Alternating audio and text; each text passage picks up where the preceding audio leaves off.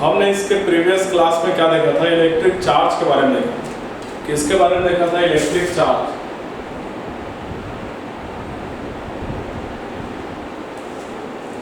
है ना। आज हम देखने वाले हैं, इसके प्रॉपर्टीज भी देखा था। आज हम देखेंगे कूलम्स लॉ के बारे में। कूलम्स लॉ, कूलम्स लॉ है ना। कूलम्स लॉ क्या है?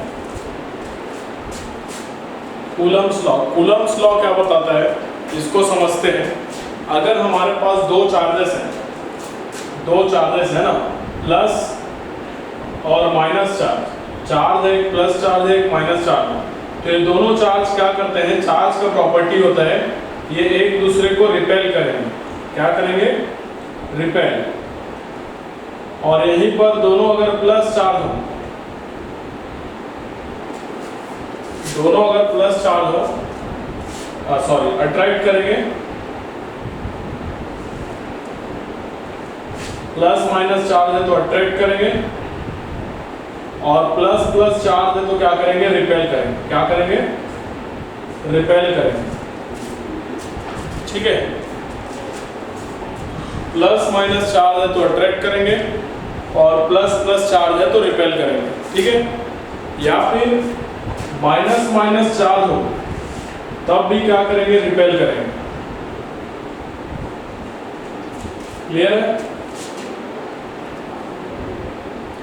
तो यहां पर हमें क्या चीज समझ में आ रहा है कि चार्जेस एक दूसरे को अट्रैक्ट या फिर रिपेल करते हैं। सेम चार्जेस रिपेल करेंगे और अपोजिट चार्जेस अट्रैक्ट करेंगे। क्लियर है?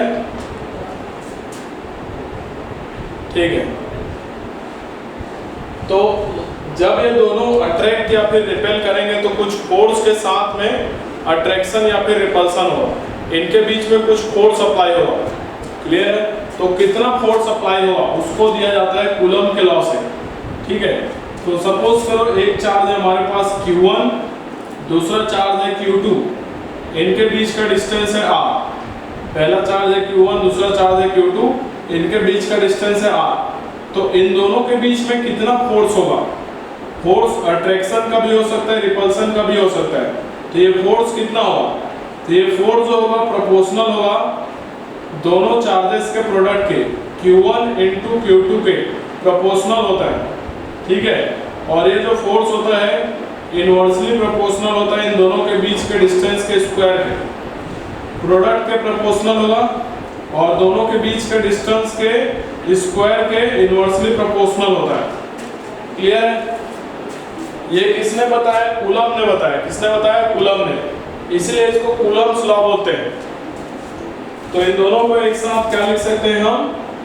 F proportional to Q1 Q2 by R square. क्या लिखते हैं? F proportional to Q1 Q2 by R square. ये फोर्स का फॉर्मूला हो गया। क्या हो गया? फोर्स का फॉर्मूला हो गया।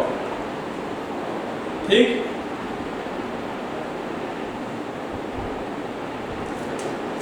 यहां पर जब इस प्रोपोर्शनलिटी को हटाएंगे तो यहां पर एक कांस्टेंट आता है F is equal to K Q1 Q2 by R square. ये फोर्स का फॉर्मूला आता है। ठीक है। तो यहां से K इज इक्वल टू हम क्या लिख सकते हैं? K को बोलते हैं कांस्टेंट और इसका फॉर्मूला होता है 1/4 पाई एप्सिलॉन होता है। ठीक है। और एयर के लिए, फॉर एयर या फिर वैक्यूम, इसके लिए इसका वैल्यू होता है K is equal to 1/4 pi epsilon naught लिखते हैं, या फिर न्यूमेरिकल वैल्यू लिखते हैं 9 × 10⁹। इतना आप लोग नोट कर लो।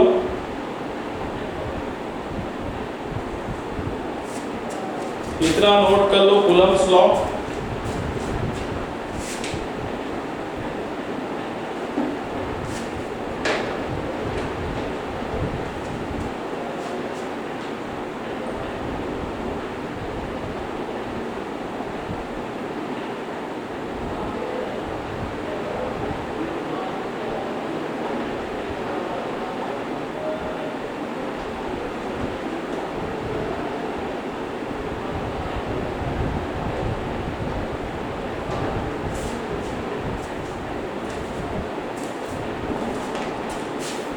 नोट कर लीजिए। स्क्रीन क्लियर है?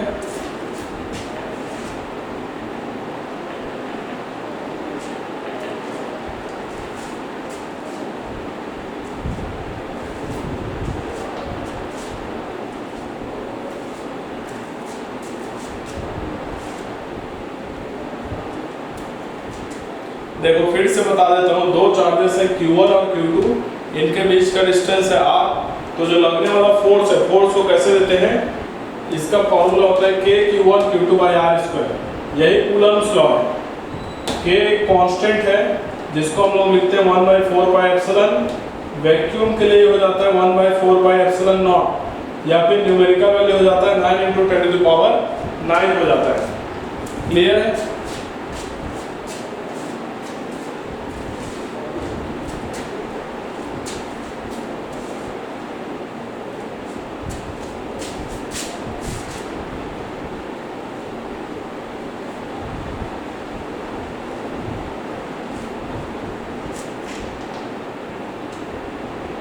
तो फोर्स का फॉर्मूला है K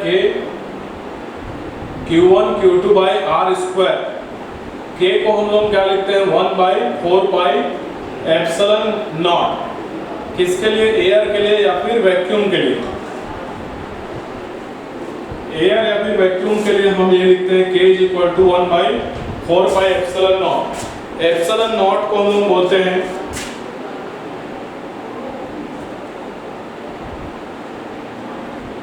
इसका वैल्यू जो होगा ये होगा 8.854 × 10⁻⁻12 होता है। ठीक है, ये इसका न्यूमेरिकल वैल्यू होता है 8.854 × 10⁻⁻12। ठीक है, नोट कर लो।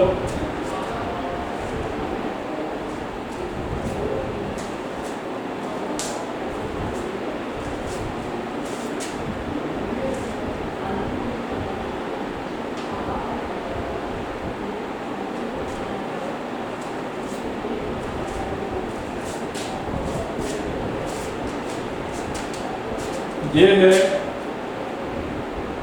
Permittivity of free space.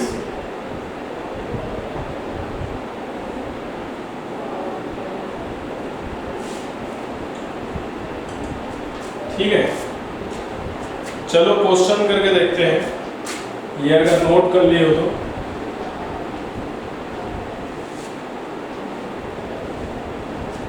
देखो क्वेश्चन है, दो चार्जेस हैं, पहला है Q और दूसरा है Q। इनके बीच का डिस्टेंस है D और इन दोनों के बीच जो फोर्स लग रहा है, फोर्स वो है हमारा F। ठीक, अगर हम इन दोनों चार्जेस के बीच का डिस्टेंस डबल कर दें, क्या कर दें? डबल कर दें। D की जगह क्या करते हैं? 2D कर दें। D की जगह अगर 2D कर दें तो फोर्स क्या होगा ये बताना है। फोर्स क्या होगा वो बताना है। अगर डिस्टेंस को डबल कर दिया जाए तो फोर्स कितना होगा ये बताना है। ठीक है, चलो ट्राई करो आप लोग जल्दी से।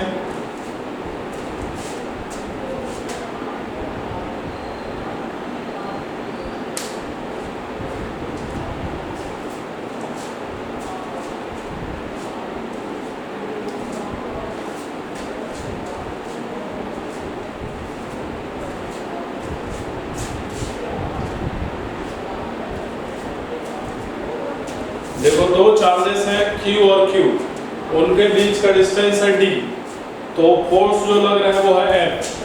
अगर इनके बीच का जो डिस्टेंस है उसको डबल कर दिया जाए तो फोर्स कितना लगेगा ये आपको बताना है।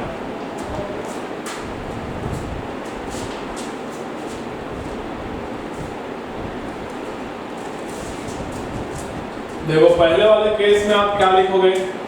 फोर्स का फॉर्मूला क्या होता है? F = K Q1 Q2 by R square. ये फोर्स का फॉर्मूला है ना।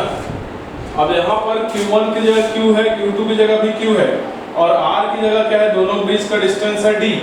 तो यहाँ पर हम F = क्या लिखेंगे? K Q × Q divide by D का स्क्वायर। तो फोर्स क्या आ जाएगा? K Q² by D²। ये फोर्स = आ जाएगा, F = आ जाएगा। F इज इक्वल टू आ जाएगा के Q square by D square, है ना। अब देखो, अब हम जब इनके बीच का डिस्टेंस डबल कर रहे हैं तो फोर्स क्या होगा, तो F इज इक्वल टू क्या होगा, इसको F डैश नाम देते हैं। तो अब क्या हो जाएगा, K पहला चार्ज Q है, दूसरा चार्ज भी Q है, दोनों के बीच का डिस्टेंस कितना है 2D, तो 2D का स्क्वायर हो जाएगा, ठीक। तो यहां से देखो क्या हो जाएगा, के क्यू स्क्वायर बाई 4D का स्क्वायर हो जाएगा, ये फोर्स हो जाएगा, ठीक। तो यहां से देखो K Q square by D square, ये कितना मिलेगा, F dash is equal to K Q square by D square, इसकी जगह हम एफ लिख देंगे और डिवाइड बाई 4, ये आ जाएगा F dash is equal to F by 4। तो जो नया फोर्स आ रहा है, नया फोर्स क्या है, पहले वाले फोर्स का 4 टाइम्स कम है, ठीक। तो यहां से हमें क्या चीज समझ में आ रहा है, अगर दो चार्जेस के बीच का डिस्टेंस डबल कर दिया जाए तो उनके बीच लगने वाला जो फोर्स है वो 4 गुना कम हो जाएगा, F बाई 4 हो जाएगा, नोट कर लो।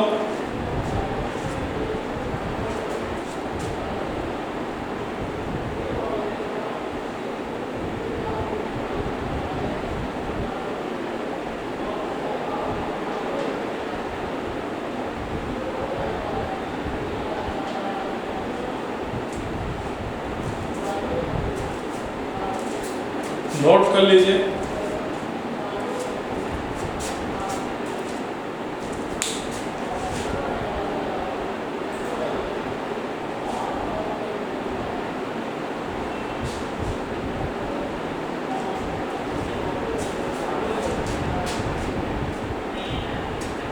चलो एक क्वेश्चन और देखते हैं।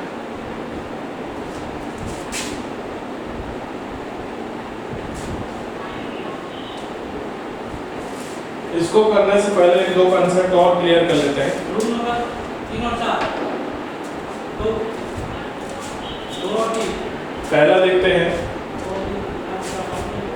Coulomb's law in vector form.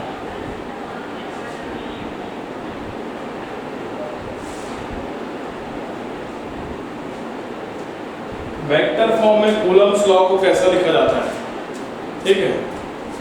तो ये हमारा कोऑर्डिनेट सिस्टम है, यहाँ पर एक चार्ज है Q1, दूसरा चार्ज है Q2। पहला वाला जो चार्ज है इसका पोजीशन वेक्टर दिया गया है हमें R1, और दूसरा वाला जो चार्ज है इसका पोजीशन वेक्टर दिया गया है R2। सर वीडियो ऑन नहीं, ऑन तो है सर, माइक पे ऑन नहीं। अच्छा माइक ऑफ हो गया, अभी वीडियो ऑन कुछ बता रहे हैं। हां अभी वीडियो ऑन हो।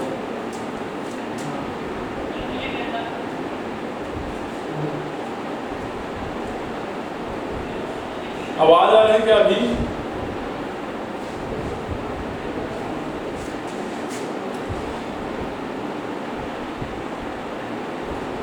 देखो, Coulomb's law in vector form देखने वाले हैं, तो कूलम्ब्स लॉ को वेक्टर फॉर्म में कैसे देखा जाता है उसको समझ रहे हैं। तो ये हमारा कोऑर्डिनेट सिस्टम है, यहाँ पर एक चार्ज है Q1 और दूसरा है Q2। Q1 जो चार्ज है इसका पोजीशन वेक्टर है R1 और Q2 जो चार्ज है उसका पोजीशन वेक्टर है R2, है ना। तो हमें इन दोनों के बीच लगने वाला फोर्स निकालना है, तो हमें ये वाला इन दोनों के बीच का ये डिस्टेंस निकालना है। तो इसको हम क्या लिखेंगे, पहली बात तो Q1 Q2 पे फोर्स लगाएगा और Q2 Q1 पे फोर्स लगाएगा, है ना। तो इसको हम क्या नाम देते हैं, सपोज करो हम इसको R वेक्टर नाम देते हैं, और ये जो फोर्स लगा रहे हैं Q1 Q2 पे उस इधर लगा रहा है F वेक्टर। F वेक्टर बराबर हम क्या लिखेंगे यहाँ पर, F vector is equal to K Q1 Q2 by ये जो R वेक्टर है इसके मैग्नीट्यूड का स्क्वायर लिखना पड़ेगा, है ना। R वेक्टर के मैग्नीट्यूड का स्क्वायर लिखना पड़ेगा, और साथ ही साथ हमें डायरेक्शन ही बताना है फोर्स का, वो हमें मिलेगा R कैप से। R कैप क्या होता है, यूनिट वेक्टर होता है ना। R कैप क्या होता है, यूनिट वेक्टर होता है। तो यहाँ से जो R कैप है, R कैप की जगह हम क्या लिख सकते हैं, R vector divide by R vector का मैग्नीट्यूड। R कैप की जगह हम क्या लिख सकते हैं, R vector divide by R vector का मैग्नीट्यूड। तो तो वो चीज यहाँ पर रखेंगे तो F वेक्टर क्या मिलेगा हमें, K Q1 Q2 by R vector का मैग्नीट्यूड का पावर 3 इनटू R वेक्टर। ये जो फॉर्मूला है ये वेक्टर फॉर्म में है, इसको आपको याद रखना है, ये याद रख लेना और ये भी याद रख लेना। कई बार क्वेश्चन जो है वेक्टर फॉर्म में आ जाता है, R हमें दे देगा 2i cap plus 3j cap minus k cap, इस टाइप का दे देगा और हमें पूछेगा कि फोर्स बताओ क्या है, ठीक। तो वहां पर आप इस फॉर्मेट में सॉल्व करेंगे तो आपको फोर्स का फॉर्मूला मिलेगा। क्लियर है, नोट कर लीजिए जल्दी से।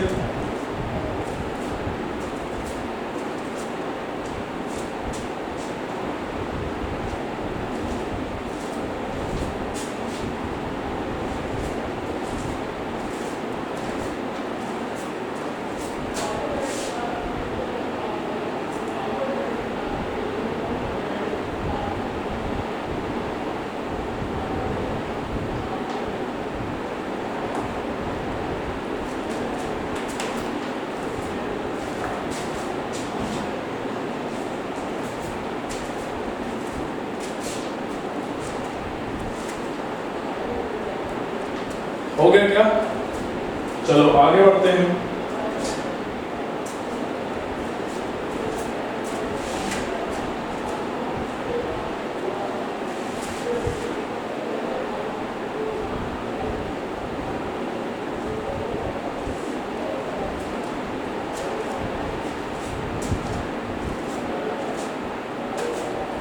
देखो दो चार्जेस हैं, पहला है Q1 और दूसरा है Q2। अगर इफ Q1 इंटू Q2 करने से अगर ये ग्रेटर देन 0 आ रहा है, Q1 और Q2 को इंटू करने से ग्रेटर देन 0 आ रहा है, इसका मतलब क्या होगा, है ना, क्या होगा, Q1 और Q2 दोनों क्या होने चाहिए, सेम साइन वाले होने चाहिए। Q1 अगर पॉजिटिव है तो Q2 भी पॉजिटिव होना चाहिए। तो पॉजिटिव और पॉजिटिव को इंटू करेंगे तो क्या होगा, ग्रेटर देन 0 मिलेगा, या नेगेटिव और नेगेटिव है तो उनका इंटू करेंगे तो ग्रेटर देन 0 मिलेगा। इसका मतलब क्या है, Q1 और Q2 सेम साइन वाले होंगे, है ना। तो सेम साइन वाले अगर हैं तो ये दोनों एक दूसरे क्या करेंगे, रिपेल करेंगे, रिपेल ईच अदर। समझ आ रहा है, यहीं पर देखो अगर Q1 Q2 लेस देन 0 है तो लेस देन 0 हो तो इसका मतलब क्या है, Q1 Q2 एक अगर पॉजिटिव है तो दूसरा नेगेटिव होगा, है ना, तब इंटू करेंगे तो लेस देन 0 आएगा, नेगेटिव आएगा, है ना। तो Q1 और Q2 क्या है, इसका मतलब अपोजिट साइन वाले हैं। अगर अपोजिट साइन वाले हैं तो क्या करेंगे, अट्रैक्ट करेंगे, तो अट्रैक्ट ईच अदर, एक दूसरे को अट्रैक्ट करेंगे, ठीक है। नोट कर लो, Q1 Q2 अगर पॉजिटिव है तो एक दूसरे को रिपेल करेंगे, या नेगेटिव है तब भी रिपेल करेंगे, तो उस केस में ये हो जाएगा।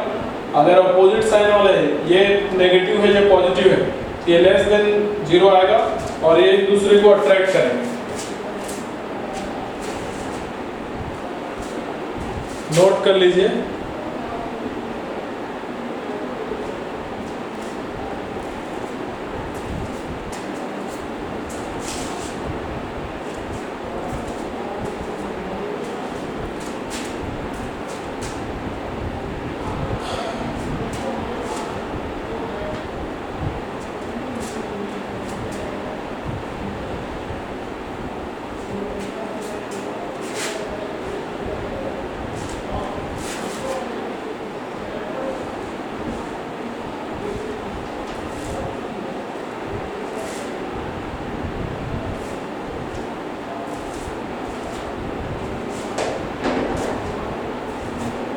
अब देखो,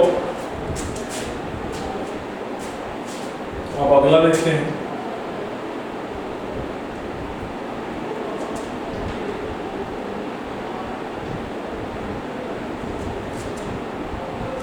देखो है ना, फोर्स जो होता है, रिलेटिव परमिटिविटी की बात करते हैं। Relative permittivity. ये क्या होता है? तो जो एप्सिलॉन एम होता है, मीडियम का जो परमिटिविटी होता है, ये होता है epsilon naught into epsilon R. ये फॉर्मूला होता है, ठीक है। एप्सिलॉन एम क्या होता है? Permittivity of medium.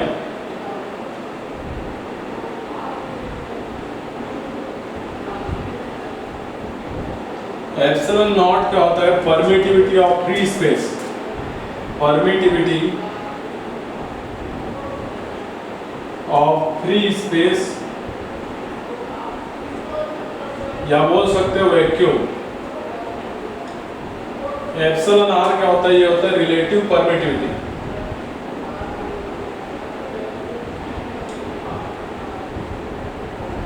ठीक है, तो यहां से epsilon R is equal to हम क्या लिख सकते हैं? Epsilon R is equal to हम लिख सकते हैं epsilon M by epsilon naught. ये लिख सकते हैं epsilon R is equal to हम क्या लिख सकते हैं? एप्सिलॉन एम अपॉन में एप्सिलॉन नॉट। तो एप्सिलॉन आर क्या है हमारा? रिलेटिव परमिटिविटी है, ये मीडियम का परमिटिविटी है, ये फ्री स्पेस या फिर वैक्यूम का परमिटिविटी है। तो ये आपको याद रखना है। समझ में आ रहा है? अब देखो जो फोर्स होता है हमारा, दो चार्जेस हैं Q1 और Q2। ये दोनों अगर r डिस्टेंस पर है तो इनके बीच जो फोर्स लगता है मीडियम में, किसी मीडियम में, वो फोर्स हम क्या लिखते हैं? 1/4 बाई एप्सिलॉन m लिखते हैं। Q1 Q2 by r square. यहाँ पर एप्सिलॉन m होता है मीडियम का परमिटिविटी, है ना? क्या होता है? मीडियम का परमिटिविटी। अगर ये किसी मीडियम पर रखा है तो, है ना? अगर यही वैक्यूम में रखा रहता Q1 और ये Q2 r डिस्टेंस पर, तो हम यहाँ पर F वैक्यूम क्या लिखते? 1/4 पाई एप्सिलॉन नॉट लिखते। यहाँ पर क्या लिखते? डायरेक्ट हम एप्सिलॉन नॉट लिखते, और ये आ जाता है Q1 Q2 by r square. Clear है बच्चों? तो यहां से देखो, इसको हम क्या लिख सकते हैं? और F